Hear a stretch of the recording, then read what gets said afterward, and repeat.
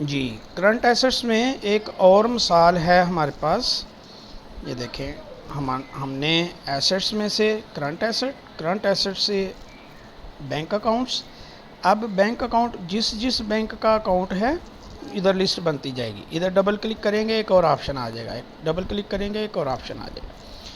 तो उस बैंक में फर्ज करें बैंक अल्फला में हमारे 4 अकाउंट्स हैं, तो किस अकाउंट की ट्रांजैक्शन हो रही है वो हम यहाँ बुक कर लेंगे। तो इस तरह ये ओवरऑल हर किस्म के अकाउंट में हमारे पास ऑप्शन होते हैं कि हम एक मेन अकाउंट बना लें। ठीक है, ये इसका मेन अकाउंट जी। फिर डिवाइड करके हमने ये 2 कैटेगरीज बनाई, इन 2 कैटेगरीज़ को फर्दर डिवाइड करके ये कैटेगरीज बनाई, इनमें फर्दर ये कैटेगरीज बना दी, और इस कैटेगरी में फिर ये हमारा जो है फाइनल हमारी एंट्री इस लेजर में जाएगी। इन सब का जमा हो के यहाँ आएगा, इन सब का जमा हो के यहाँ आएगा, इन सब का जमा हो के सारे बैंकों का जमा हो के ये यहाँ आ जाएगा, और फिर ये सारे करंट एसेट्स जो हैं ये जमा हो के ये करंट एसेट्स में आ जाएंगे, और करंट एसेट्स जो हैं वो फिक्स्ड एसेट के साथ जमा हो के टोटल एसेट्स आ जाएंगे, और ये सब का मजमुआ जो है वो जो हम ट्रायल बैलेंस में इक्वालिटी कहते हैं वो जनरेट हो जाएगी। अच्छा जी, ये एक मिसाल मैंने एक्सपेंसेस में से भी ली।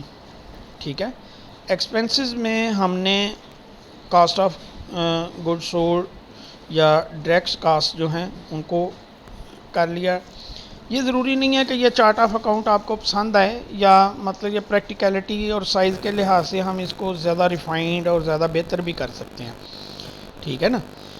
तो अब एक्सपेंसेस में आप देखें कि एक्सपेंसेस को हमने क्या किया कि ये कास्ट ऑफ गुड्स सोल्ड, और कास्ट ऑफ गुड्स सोल्ड में आगे ये एडजस्टमेंट ऑफ स्टॉक्स, ये मैंने एक एंट्री खुद से क्रिएट की हुई है कि ये मैं एंट्री डाल के ना सारे स्टॉक्स जो हैं वो क्लोज़ कर देता हूँ, कास्ट ऑफ गुड्स सोल्ड में से निकाल देता हूँ।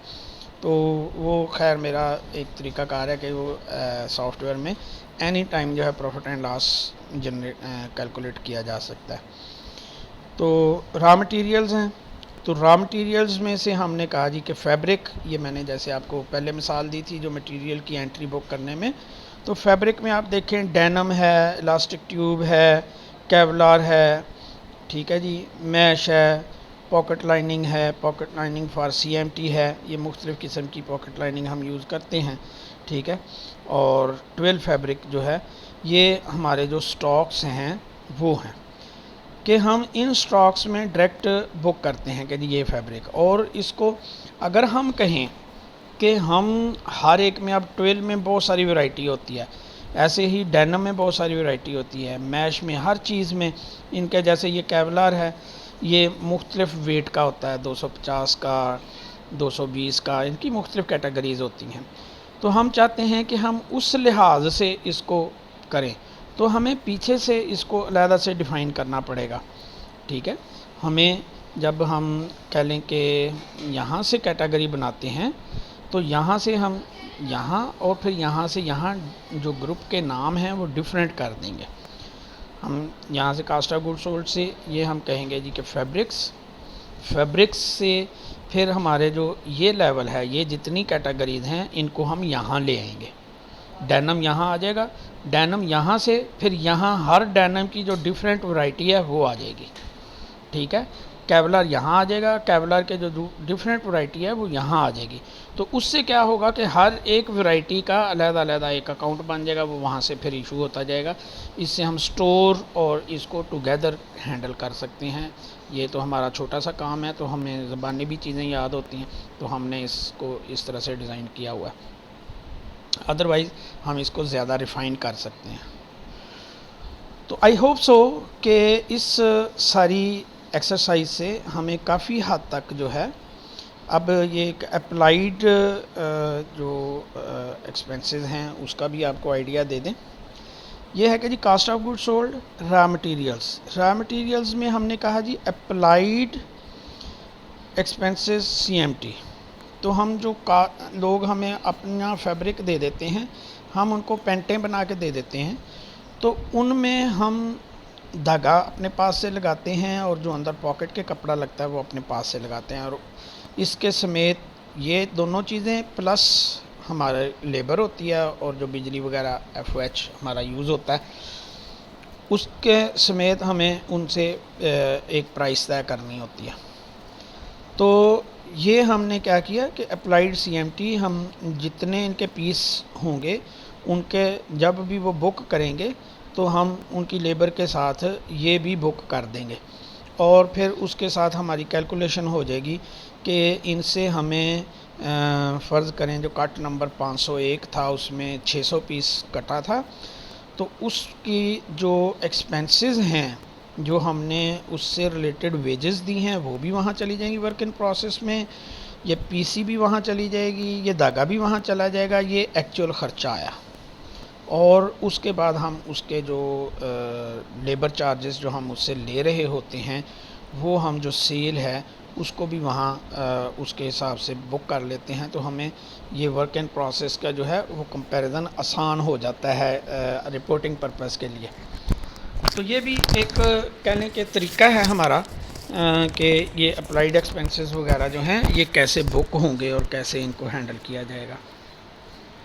आगे इनको अगर देखें तो एक और आपको आइडिया के लिए ये देखें, ये है एक लेजर, ये है थ्रेड। अब थ्रेड का स्टॉक का लेजर है, ये जो डेबिट में नज़र आ रहा है जब स्टॉक इशू होता है, जब स्टॉक हम ख़रीदते हैं तो वो हम इसमें पहले मैंने ये अलग-अलग से किए हुए थे, यानी अप्लाइड का एक अलग से अकाउंट बनाया, ठीक है। तो उसमें फिर मुझे मंथ एंड पे क्लोजिंग करनी पड़ती थी। फिर मैंने ये तरीक़ाकार इख्तियार कर लिया कि जो भी हमने थ्रेड ख़रीदा ये स्टॉक में आ गया, मैं इस पर अप्लाई करी जा रहा हूँ, ठीक है, कि जी इतने पीस बने, ये जो 204 है, 205 है, 206 है, 207 है, ये कट नंबर है और ये जो है हमारी क्वांटिटी है। इसमें आप देख रहे हैं कि ये क्वांटिटी है, ठीक है। और इनमें ये 12 रुपये का धागा हमारा हर पीस पे लगता है, तो इतने का धागा लग गया, ठीक है। ये समझें कि एक्चुअली तो ये इशुएंस की होनी चाहिए एट एक्चुअल कितना धागा लगा, लेकिन मैं क्या करता था कि मेरे अपना जो बुकिंग का स्टाइल था या अपने इंटरनल रिपोर्टिंग पर्पज़ के लिए वो जब मैं इस तरह से इशू कर देता था तो आप देख रहे हैं कि हमारे पास क्या है कि जो बैलेंस है वो नज़र आ रहा है कि 3284 रुपये का बैलेंस जो है वो हमारे पास है, 3284 रुपये का। अब आगे फिर ये फर्दर धागा आ गया, ठीक है, और इसमें से धागे में से हमने इतने के ये अप्लाई कर दिए, यूज़ हो गया, ठीक है। और हमारे पास जो है वो 32,000 का धागा पड़ा हुआ है, ये धागा हमने इकट्ठा 50-60 हज़ार का ले लिया। तो फिर ये फर्दर धागा आ गया, उसमें से इतना यूज़ हो गया, इतना रह गया, ये इस तरह से खुद ब खुद आ जाता है। तो ये एंट्रीज़ जो हैं ये भी हम बाज़ दफ़ा अपने रिपोर्टिंग पर्पज़ के लिए अलग से जनरेट कर लेते हैं।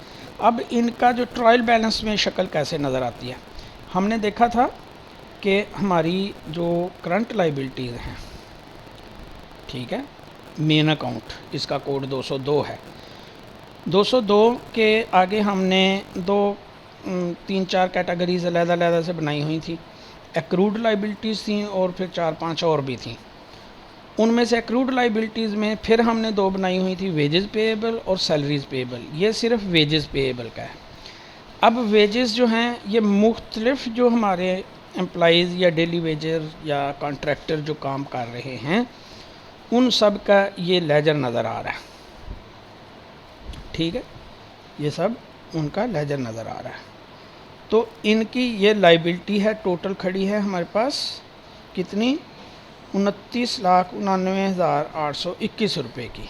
तो इसमें अब्दुलरहमान साहब के इतने देने हैं, सोनी के इतने देने हैं, इसके इतने, ये सब का इंडिविजुअली लेजर आ रहा है, देख रहे हैं, ये सब के लेजर्स नज़र आए। जो बंदा जो है वो क्लोज़ कर चुका है उसका लेजर नील है, ठीक है। तो ये सब का जो है इंडिविजुअल लेजर है, इन सब को जमा करेंगे तो ये 29,000 बनेगा। इसमें सैलरीज़ और कह लें कि ऐड कर देंगे तो ये हमारी एक्रूड लाइबिलिटीज़ बन जाएंगी और एक्रूड लाइबिलिटीज़ जो हैं उसमें बाकी करंट दूसरे भी जो करंट लाइबिलिटीज़ हैं वो जमा करेंगे तो टोटल करंट लाइबिलिटीज़ 85 लाख की बन गई। तो ये एक आप लोगों के लिए लेक्चर था कि जिससे हमें ये पता चलेगा कि प्रैक्टिकली जो है ये कैश फ्लो या ये एंट्रियाँ जो हैं, ये जो हम काउंटिंग करते हैं, उनकी शक्ल क्या बनती है। आई होप कि इससे आप लोगों को ओवरऑल काफ़ी फ़ायदा हुआ होगा। अब हम नेक्स्ट लेक्चर्स में इन एंड जनरल एंट्री से रिलेटेड कुछ क्वेश्चंस हल करेंगे, उससे हमारे कॉन्सेप्ट्स जो हैं वो ज़्यादा क्लियर हो जाएंगे इंशाल्लाह।